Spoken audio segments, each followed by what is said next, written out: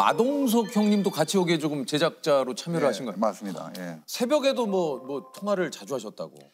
새벽에 이제 문자가 자주 오시죠. 급한 일 있으면 전화도 오시는데 뭐 그냥 아이디어 뱅크예요. 24시간 영화만 26시간 영화 생각하시는 거예요. 정말. 그러다 보니까 새벽에 막 생각나면 이렇게 하자 저렇게 하자.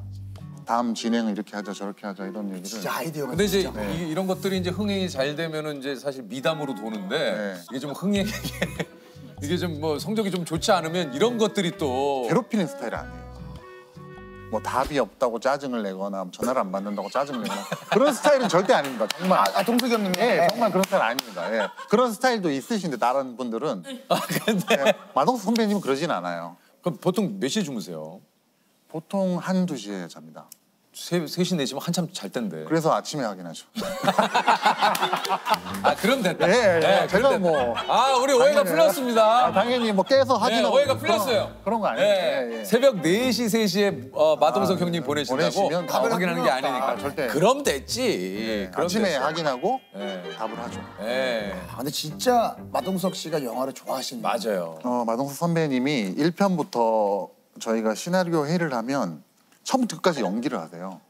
그 저희는 시나리오 회의하는 게 너무 재밌어요. 사실은 그런 적도 있거든요. 웃다가 막 의자가 자빠지고 이 정도로 실화입니다. 정말. 왜 그러세요? 왜 양념치나 뭐 이런 느낌인데? 아니 진짜예요. 그저 그래 너무 웃겨서. 웃다가 이 의자. 사실 이런 거 좋아해가지고. 네,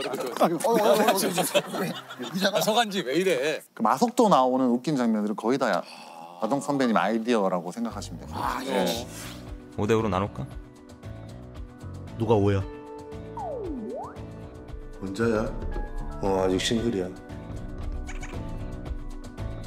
어떤 대사가 지금도 3편 촬영 중인데 이게 지금 기사화가 됐나요, 3편이?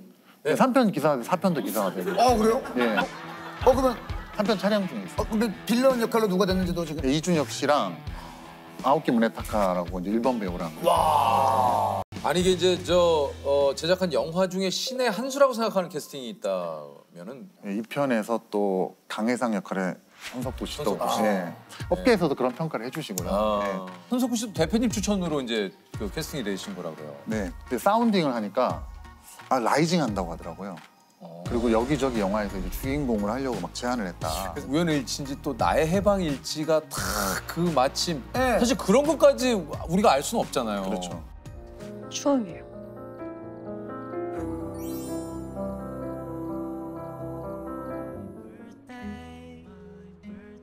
잘생기지 않았냐? 나 이제 추앙 잘하지 않냐?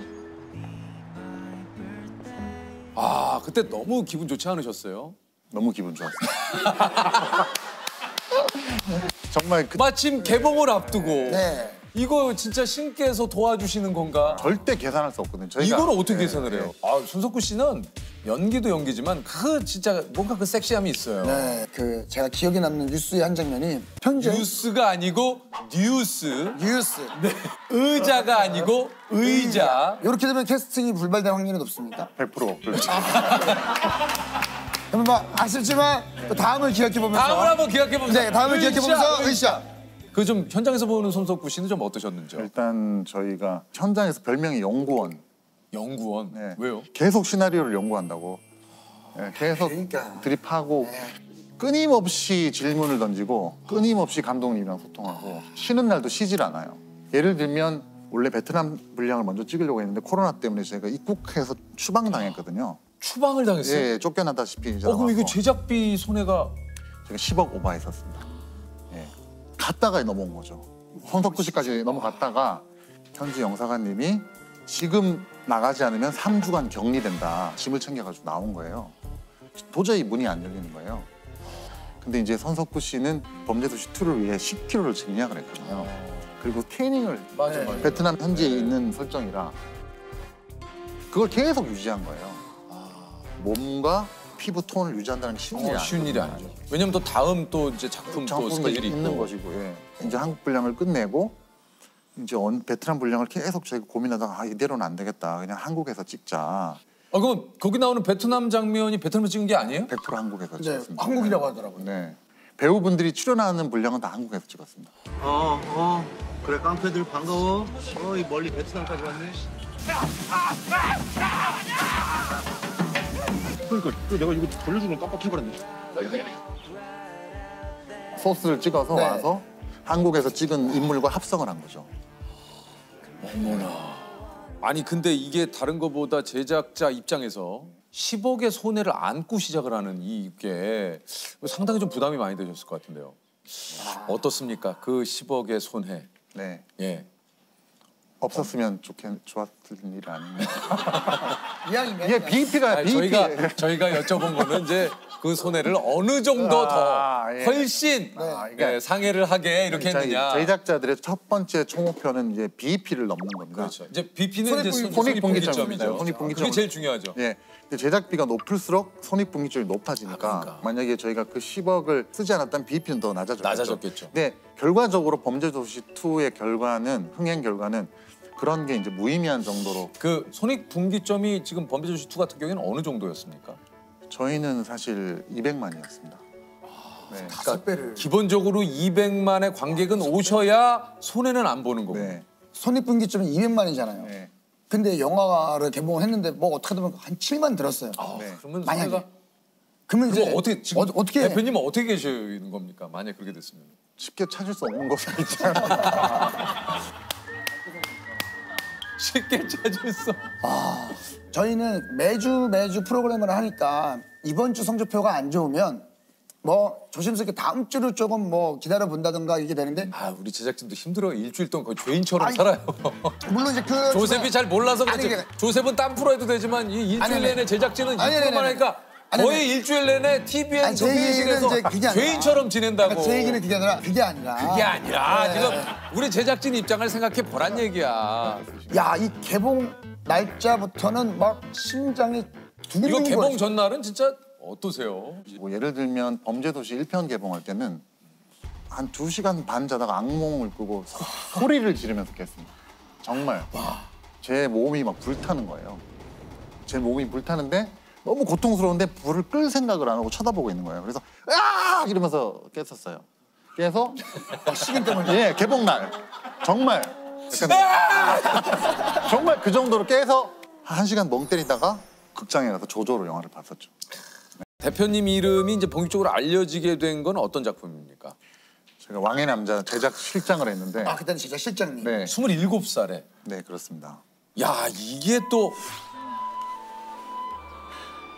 기방에만 있다. 아 이렇게 높은 곳에 올라와 보니 아랫도리가 다 시원하구나. 광대로 다시 만나 제대로 한번 맞춰보자.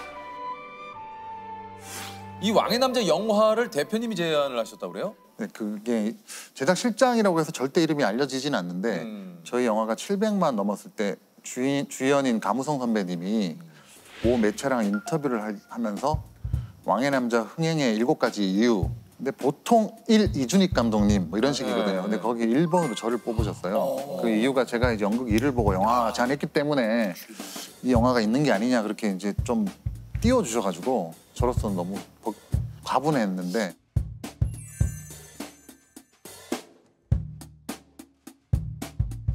장원석 제작 실장 이렇게 해가지고 대단하시네. 그때 이제 충무로서 장원석이 누구야 이러면서 좀 제 이름이 아니 그 저 대표님이 발굴한 작품이 이제 국내 사극 영화 최초 1000만 관객. 그때 기분은 좀 어떠셨는지. 그때 당시 2005년입니다. 2005년, 2006년에는 1000만 영화가 정말 기적 같은 사실 이게 말이 안 되거든요. 그렇죠, 맞아요. 한 영화를 국민의 4분의 1이 본다, 5분의 1이 본다. 이건 말이 안 되는 네. 일이잖아요. 환희? 말로 표현을 못 하겠습니다. 저도 주요 멤버로서 다음에 저런 경험을 하고 싶다. 그 뒤로 제가 이제 빠르게 제작자가 돼서 그로부터 4년 동안 계속 제작 준비만 제작 준비를 하죠. 네.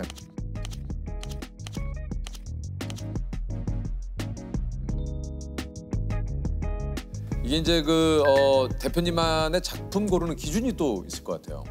일단 저는 제가 읽었을 때 재밌으면은 그걸 영화하려고 지금 시도를 하고 결정적으로 저는 예비 관객분들 일반인들께 한 40명 이상 시나리오를 읽히고 객관적으로 평가하는 어떤 그 점수가 있습니다. 그 시스템이란 게 있거든요. 그분들은 뭐 늘 아는 지인들입니까? 아니면 아닙니다. 전혀 불특정 다수.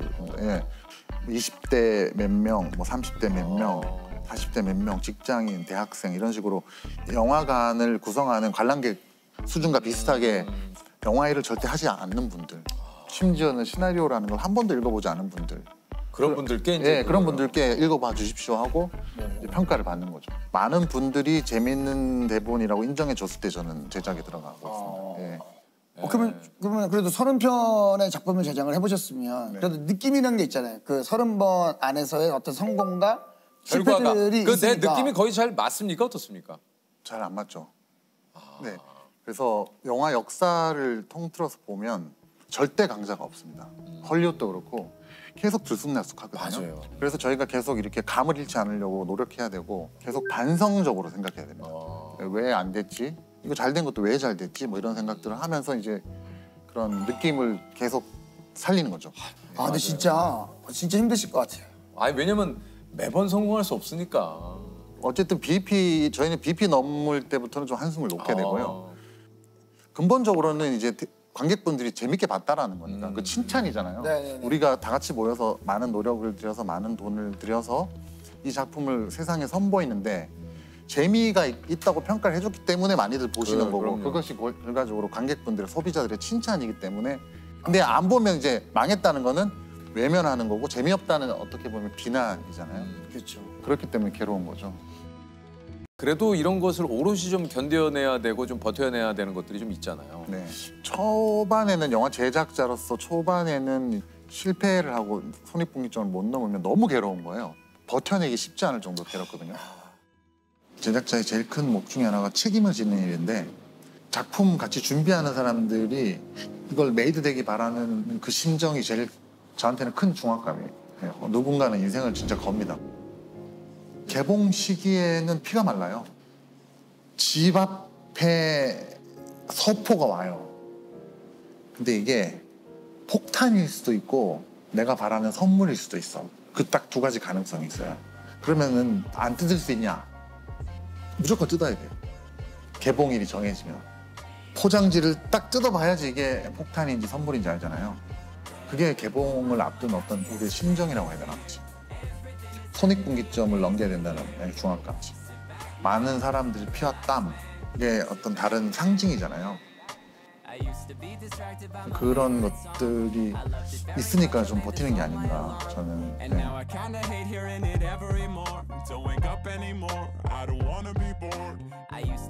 이런 압박과 어떤 스트레스를 좀 본인만이 견뎌낼 수 있는 노하우들이 좀 있습니까? 어떻습니까? 그런 생각에 계속 빠져 있으면 이제 뭐도 할 수 없기 때문에 그렇죠. 탈출할 수 있는 가장 손쉬운 방법은 차기작에 몰두하는 겁니다. 예.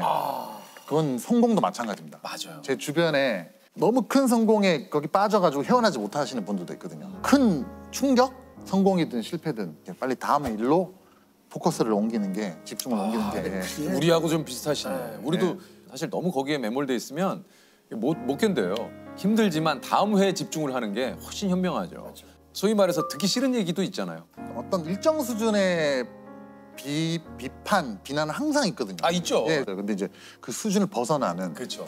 예를 들면 인신공격. 뭐 어떤 한마디로 욕. 욕. 사실은 엄청난 데미지가 오거든요. 사실. 근데 이제 저 같은 경우는 계속 반복되다 보니까 지금은 뭐. 아니 뭐 무뎌졌다고 하더라도 사람이니까 사실 상처를. 저는 진짜 지금 전혀 안 받습니다. 예. 괜찮아요? 그럴 수도 있지. 조금 저는 범죄도 추가 약간 지루한 면도 조금 있긴 그럴 하더라. 수도 있죠. 그럴 수 있어요? 그러신 분도 있어요. 이건 제작자보다 배우들이 살린 거 아님? 지금 방금 약간 흔들리셨는데. 무슨 말씀? 욕보다 하세요. 칭찬이 낫죠. 욕보다는 칭찬이 우리, 훨씬. 돈 아깝다 이럴 때가 제일, 그런 얘기 들을 때가 제일 마음이 상하거든요. 돈은 곧 가치라고 생각하거든요. 돈이라고 저는 생각하지 않아요. 사실 기꺼이 볼 가치가 있으면은 사람들은 자기 돈을 쓰거든요. 그 똑같은 그 값어치만큼 제가 이제 돌려줄 때 그 순간이 이제 제작자로서 첫 번째 이제 책무를 다하는 거라고 저는 생각하거든요. 아이고 볼만하지 않냐? 뭐 또 보자, 뭐 추천하고 이런 거 있잖아요. 그거는 기꺼이 그 관객분들이 가치를 획득한 거니까. 네. 관객분들이 보시고 만족하는 영화, 돈이 아깝지 않는 영화, 그런 영화를 만들고 싶습니다.